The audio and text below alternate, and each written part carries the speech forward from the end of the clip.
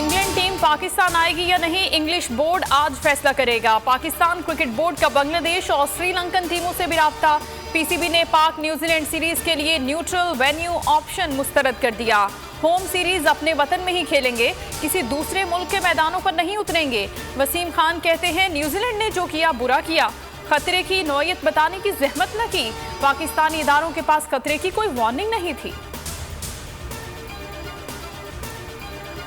कौमी असम्बली का हंगामा खेज इजलास आज शाम 5 बजे होगा। इंतखाबी इस्लाहात से मुतालिक बिल पेश किया जाएगा। वजीर planning Asad Umar government properties management ordinance assembly में पेश करेंगे। शहबाज शरीफ कौमी असम्बली के इजलास में शिरकत करेंगे। वोट को इज्जत ना दी तो पाकिस्तान आगे नहीं बढ़ सकता। महंगाई और दूसरे मसाइल हल नहीं होंगे। एक इलेक्शन की चोरी की वजह से ही 1971 में मुल्क तकसीम हुआ। मशरिकी पाकिस्तान बांग्लादेश बन गया। नून लीग के सीनियर रहनुमा शाहिद खाकान अब्बासी का कराची में खिताब, कहा वोट कागज का मामूली टुकड़ा नहीं, वोट चोरी होने नहीं देना। नवाज शरीफ के मंसूबों की 65 सालों में नजीर नहीं मिलती। वफाकी वज़रा ने चीफ इलेक्शन कमिश्नर को निशाने पर रख लिया। इलेक्ट्रॉनिक वोटिंग मशीन के मामले पर बरस पड़े। फवाद चौधरी ने इल्जाम लगाया कि चीफ इलेक्शन कमिश्नर ऑपोजिशन की जबान बोल रहे हैं। चीफ इलेक्शन कमिश्नर खुद को तनाज़ात से अलहदा करें या इस्तीफा दें, ओहदा छोड़कर सियासत कर सकते हैं। शिबली फराज ने कहा इलेक्शन कमीशन ने ईवीएम देखने की जहमत ही नहीं की। इलेक्शन कमीशन को ईवीएम का मामला नहीं टालने देंगे।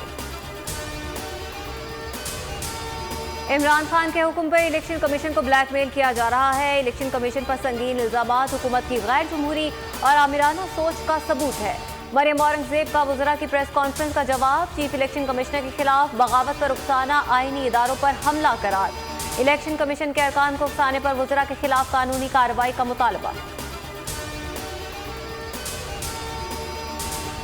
तवील इंतजार खत्म हुआ। कराची में ग्रीन लाइन मंसूबे के लिए 40 बसें चाइना से पहुंच गईं।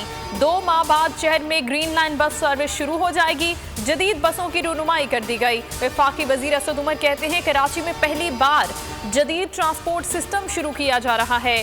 कराची के शहरियों को खुशखबरियां मिलती रहेंगी। रिहानिया में कमसिन बच्ची पर जमींदार के खूंखार कुत्तों का हमला। बच्ची जख्मों की ताब ना ला सकी, जिंदगी की बाजी हार गई। रेस्क्यू पहुंची, ना ही पुलिस ने कोई कार्रवाई की। गरीब वालिदैन ने इदारों से मायूस होकर तस्लीम कर दी।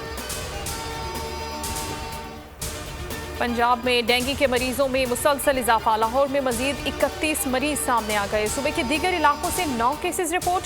वजीर आला उस्मान बुज़दार का पंजाब भर में डेंगू के खात्मे की मुहिम शुरू करने का ऐलान। हमजा शहबाज का पंजाब में डेंगू के बढ़ते केसेस पर इजहार तशवीश। कहते हैं हुक्मरानों की नाअहली के सबब डेंगू एक बार फिर सर उठा रहा है। हुकूमत ने कोई खातिर खा इंतजाम नहीं किए।